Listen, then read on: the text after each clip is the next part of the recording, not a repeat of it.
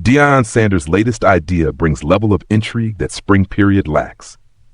Deion Sanders isn't shy, never has been. He says what he means, and he means what he says. This forces us to make decisions about accepting his word, or not, almost as soon as the words leave his mouth. When Sanders said he planned to be in Boulder, Colorado, many of us questioned that too. We questioned such a statement because he'd only coached at the major college football level for 2 years, and he'd flipped a program that won just 2 games the year before his arrival into one that won 9, finished atop the Big 12 standings, and boasted the Heisman Memorial Trophy winner just last year. We question such a statement because this will be the first year that he hasn't coached his sons, and in an era of college football that is almost exclusively marked not by tradition, but by change.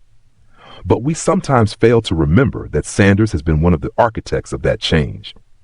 He brought new attention to an already popular sport with a program that lacked an identity until he cloaked it in his own. He's perhaps the only FBS coach in the country who looks comfortable in a cowboy hat and sunglasses indoors.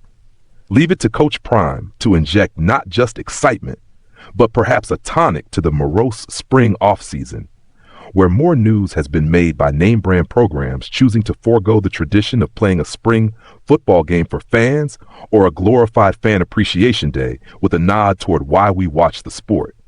I would like to actually play the spring game against another team in the spring, Sanders said on Monday. That's what I'm trying to do right now. Any takers? As a matter of fact, yes. Mere hours after Prime made his declaration, Syracuse coach Fran Brown sent a tweet tagging Sanders, "We will come to Boulder for 3 days. Whoop, there it is." And just like that, we've got the makings of not just a good idea, but the kind that can bring fans, all of us, back to stadiums at least once this season. Prime said he wanted to play a spring game against another opponent for a few reasons, but one seems to be more important than the others: to fill up the stadium. One of the mitigating factors to televising spring games, television being that invention from which money flows, is that it's not a great TV product. Turns out people like to see people, lots of people, at stadiums during sporting events. A sellout crowd is easier to sell.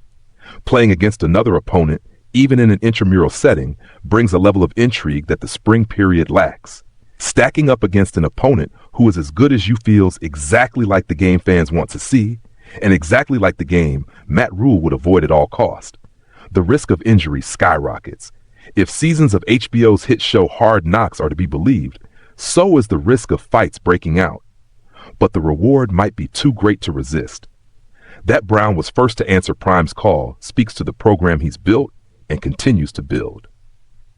His Orangemen won 10 games in year 1, boasted the sport's passing leader in Kyle McCord, and knocked Miami out of the ACC title game, and consideration for the college football playoff last year with a program-defining win.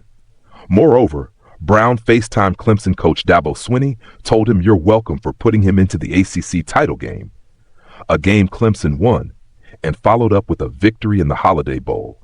He's as bold, innovative, and charismatic as Prime is, and a game against Colorado will showcase that. This idea, if it gets done, can catch on.